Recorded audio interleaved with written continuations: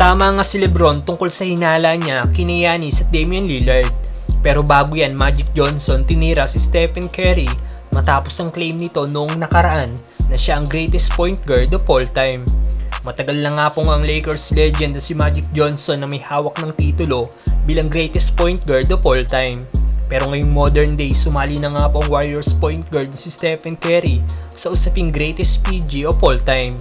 Matapos magkaroon ito ng 4 na kampyonato, Finals MVP at pagiging isang unanimous MVP.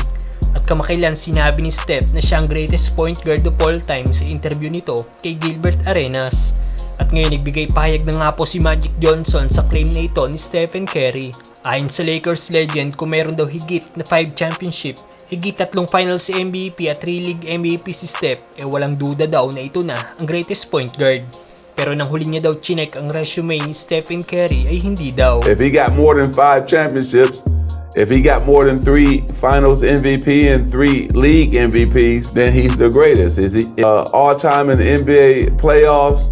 Number 4 in steals all time in the playoffs. If he got more than those numbers, he's the best. But the last time I checked, he doesn't. Well, kung titingnan natin ang resume ng dalawang point guard, walang duda na mas maganda pa rin ang resume ni Magic Johnson.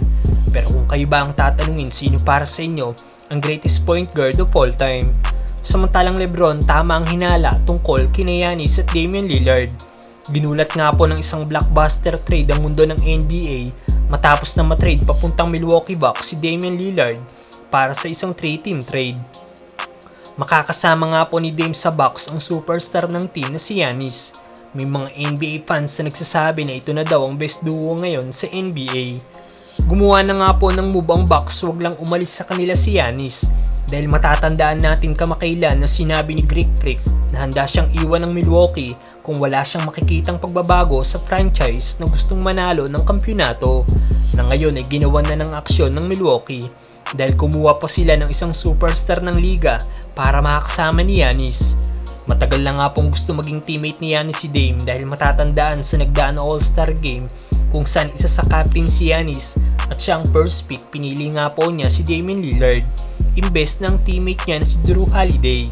Kaya laking gulat ni Lebron na isa rin sa captain ng All-Star dahil sa ginawang ito ni Giannis. Ayon kay Lebron, nagbago daw si Giannis dahil sa palagi daw nitong nababanggit ang loyalty at pagiging loyal. Kaya expected niya na daw na pipiliin ito ang teammate nito na si Holiday. Kaya naman hindi daw alam ni Lebron kung anong iniisip ni Giannis. Pero sa huli may narealize si Lebron at napasabing okay. So I don't know what's going on with Giannis. Okay. Sa pagkakakuha nga po ng Bucks kay Dame, bigla nga pong naging number 1 sa odds ang Milwaukee sa makakakuha ng kampyonato ngayong darating na season.